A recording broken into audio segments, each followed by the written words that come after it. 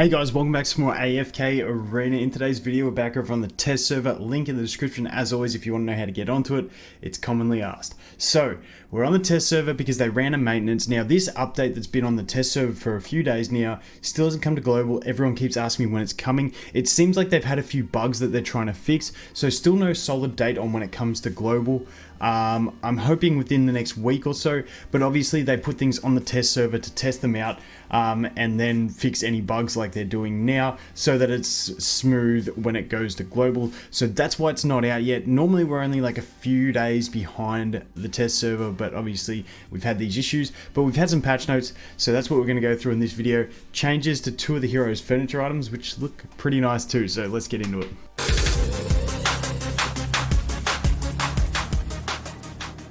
Okay, kicking it off, let's do the single pull for the random giveaway draw. Purple's giveaway, nope. Okay, so the notes. I'm really excited. I took a sneak peek at the changes that I'm really excited about. One of them looks pretty cool. So maintenance notice. Here we go. So they changed some things with the new features. So added production of PoE coins after the Twisted Realm floor 220. So that's the currency used to basically summon the furniture. So after you get to floor 20 in the Twisted Realm, which is, you know, the boss fights, once your heroes are pretty much all above 220, that's when it rounds your level out to there. So once you're above 220 on that, you'll start getting them from there. And it's determined by the player's floor and the ranking. So there's two considerations in there. Obviously how highly leveled you are, and then where you rank in the level that you're in. So that's cool. Extra ways to get them. Optimize the logic of furniture auto place in the inn. Cool beans. Next up, they adjusted the effects of some of the starburst field stars. So basically, on some of those upgrades where you gain upgrades to gold and hero essence, and then some for hero XP and AFK rewards, basically they've buffed the gold and hero essence ones and nerfed the hero XP and AFK rewards. Basically they just found a balance. They thought it wasn't too good the way they implemented it, so they've made some changes. That is cool. The next one, they're very hard to read out, but basically it's saying you were gaining extra bonuses when you use the 8-hour thing that were supposed to be just for AFK bonuses. That's the way I read it. So that's changing.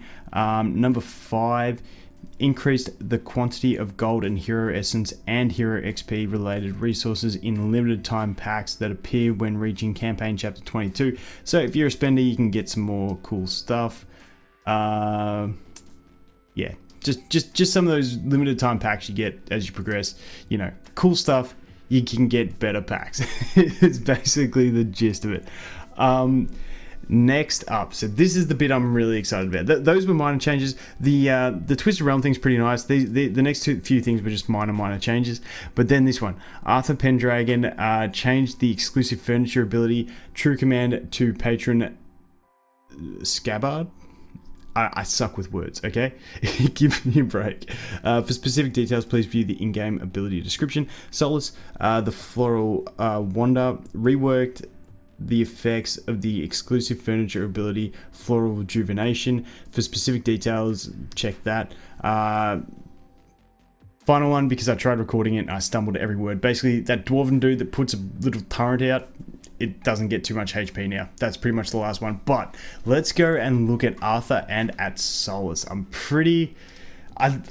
see, once again, I just enjoy these furniture abilities. I like new stuff in the game. I like checking out abilities. So the first one we're going to check out is Arthur, Mr. Pendragon. So what I'm going to do is I'm going to pop on the screen first what it used to be. So it used to be Arthur's attack rating is increased by 20% when all of his allies are still alive, and then 40% when all of his allies are still alive. To me, that's pretty trash. Yes, he might get some decent damage out of it, but Arthur's place to shine is the campaign, and you normally lose a hero or two in campaign. If you just lose one, you're screwed. So I wasn't a big fan of that one anyway. The one it turns to looks kind of nice. So let's take a look at Arthur. Scroll down. Okay, it's lagging out. There it is. Okay.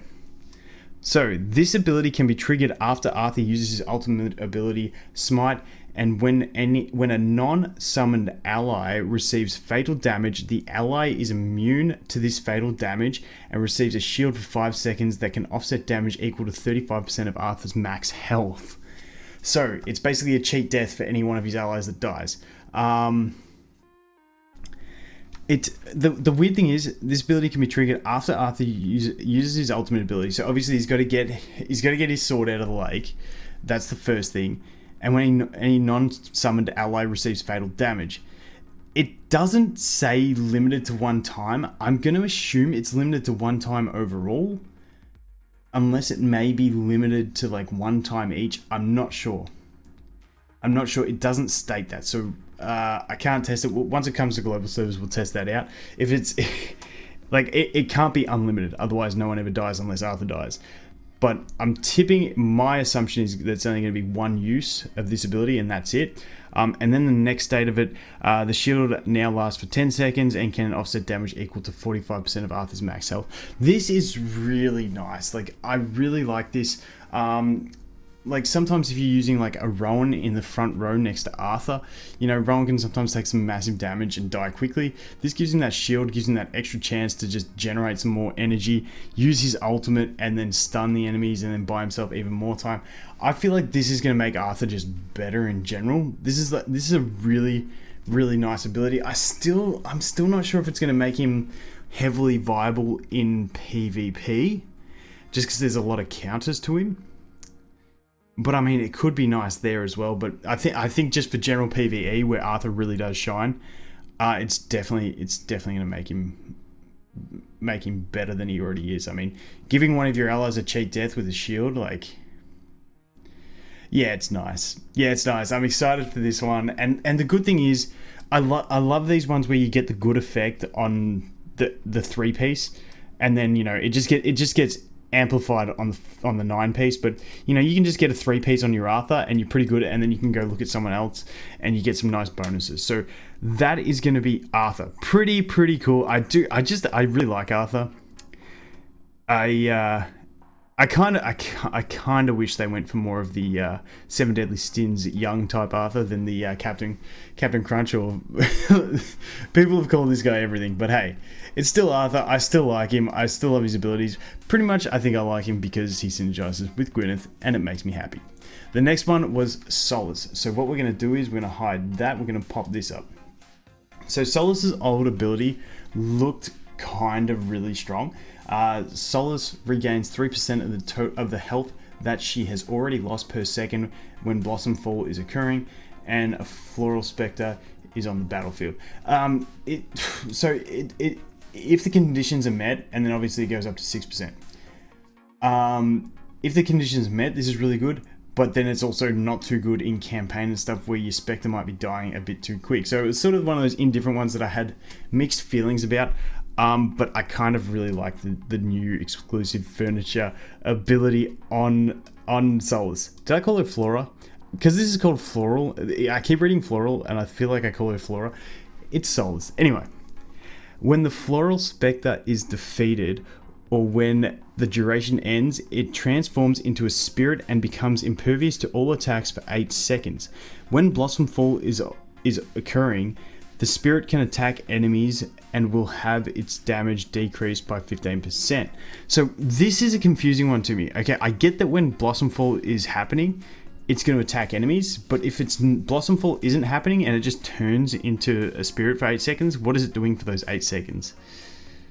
That's what I'm not sure about. So we'll have to wait and see how that works.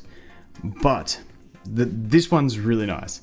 Whilst, like, yes, it's the 9 of 9, which requires some investment, but while Solace is alive and an allied hero positioned on the front line is defeated, a Floral Spectre will appear in that allied hero's position. Now, what I'm really excited to test this with is with Talene.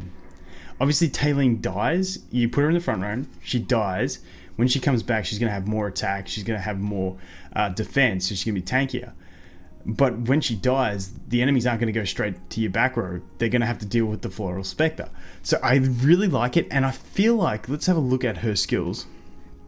Soul summons a Floral Spectre that possesses 50% of Solace's health, which remains on the battlefield for 15 seconds. When Blossom Fall is occurring, the Floral Spectre will deal 90% worth of Solace's attack rating as damage to nearby enemies. When enemies attack it, it will reflect damage. So, I mean, it's only got 50% of Solace's health, which isn't huge, and it doesn't go up with skill ups. But I mean, if you can survive just a little bit, and I mean, it's damage reflection, and she'll probably have another one up as well. And then it'll just depend on how the spirit actually works. And obviously, there it is. I knew it gained more health. Floral Spectre gains additional 50% health.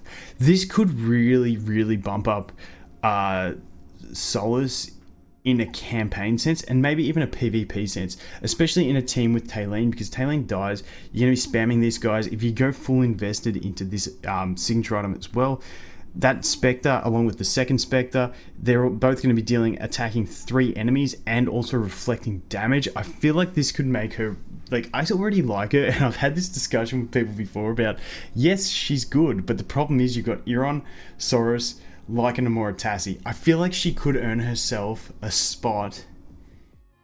I feel like she could earn herself a spot with this. I don't know, even with people that only have an elite copy of Talene, I feel like you could get some use out of it.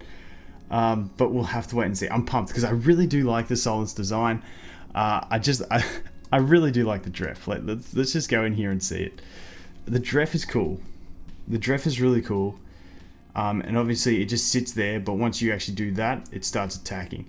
So I guess what I'm curious about is with the level 3 ability, whether that spirit gets attacked, whether it has a health pool, or whether it's just, because it says it's immune, so it probably just sits there and waits for her to use her ultimate and then starts dealing damage.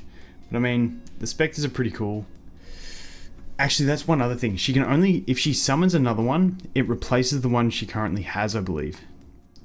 No, the timing never works like that. So I'm assuming she will be able to have 2 on the field with this furniture ability, which can be nice. But hey, I just thought it was cool. That's the update. That's the 2 changes. They look pretty cool.